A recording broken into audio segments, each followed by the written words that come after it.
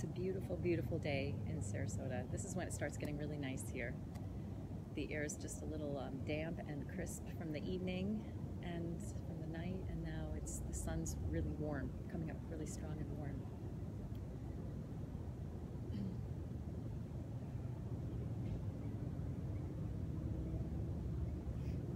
So, how are you today? Good morning, Lisa. Good morning. This Saturday with Kai, the dance fitness class that I share with the world and with Sarasota locally, as well as with the online training. This Saturday we're videoing at Bayfront Park a dance called Organica, and the theme is play, and it's really evoking playfulness and curiosity and wonder in your body, and allowing yourself to explore movement and music and the moment more deeply. And I guide you right in, so you don't have to know anything. You don't have to ever have come to a class before. It's very, very simple, actually. The more simple, the more you get from it, I believe. So if you're around, it's at 8 a.m. during sunrise on Saturday. Love to see you there.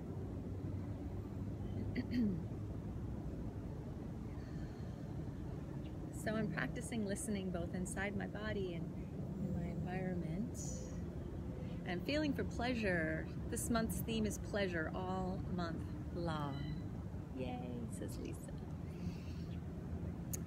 Pleasure is a sensation. It's your birthright. It's something that once we feel connected to our body, once we feel, when I say connected, we can access sensation in various parts of the body, and we can sustain sensation when we're talking with people, when we're moving through our life, doing our things. Then there's a natural gravitation towards, well, what would feel a little bit better. And it's, if you watch a baby, first thing they do is just discover their hands and their feet, and they start to sense. They're all about sensory information, developing that part of the brain, the brainstem and the cerebellum, where they start to feel their body in relation to gravity and to everything that's touching them and people. They just start to experience it, and those parts of the brain start building neural maps. Once they start to trust that and feel that, then, and trust is a big part of sensation, of that first sensory development, those first neural maps, then there's a natural sense of, well, what can I do? Can I roll over? Well, and they start to rock their body and they roll over, and they start to open their eyes, and oh, can I reach that whatever that is? Either curiosity and wonder come in, and they start to creep. And the curiosity and the wonder, the playfulness that is organic, it is so strong that it makes them really activate muscles that aren't even developed yet. They start conditioning themselves to move because the desire is big, and that desire and pleasure to explore goes hand in hand with play. Play first, and then the desire a little bit more, and they start to build what their body can do, and the neural maps in their brain start to expand. So it's really important to activate play. Play is a really powerful place to explore learning anything new. If we look at it like work all the time, we're probably not going to explore very much, and we're going to stay with what we're familiar with because it's work, and we don't want to always work.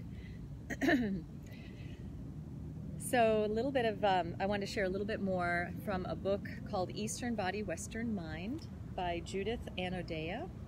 And I opened it, and it went right to pleasure on my way out the door here. So I thought, okay. I use this book so much it's got a million dog ears. I love it.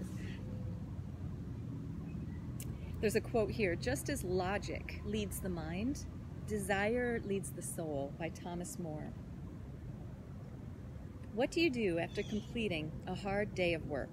Most people try to relax and turn toward pleasure of some kind.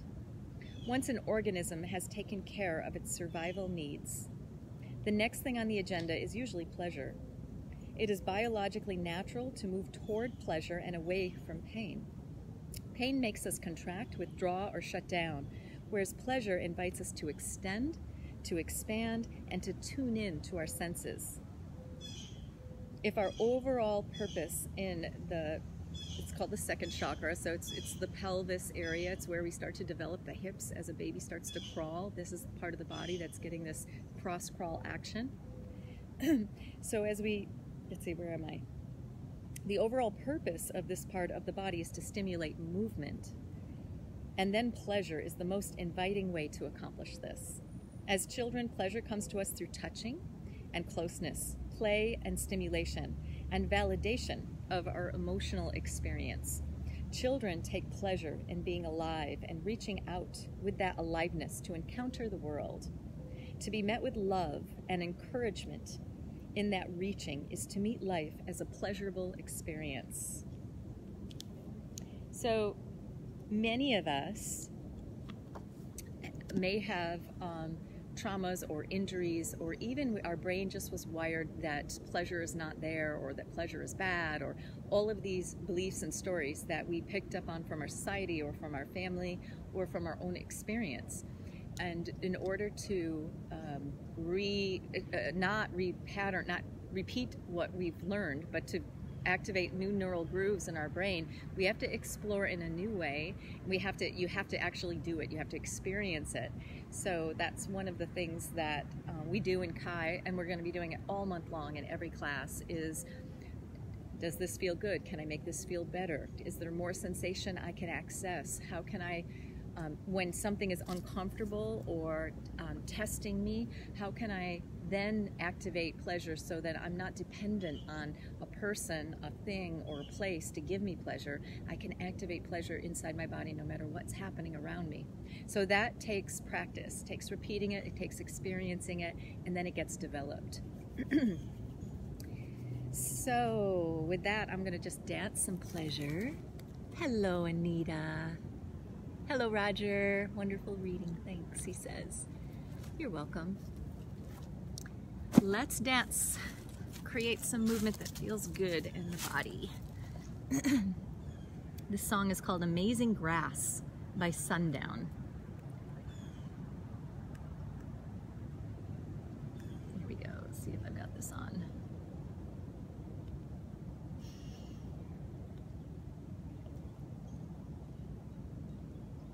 Nope. 1 second.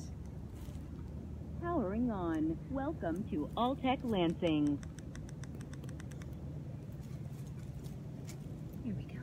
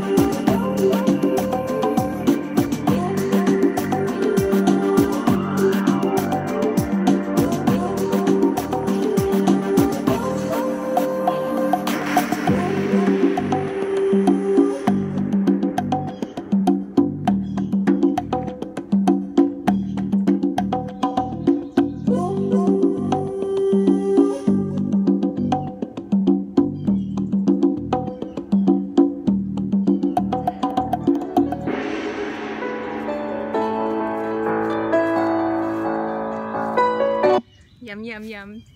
My body's saying, oh, thank you, thank you, thank you. How are you feeling? Sitara, thank you. Sharing some positive vibes out there. Lisa says,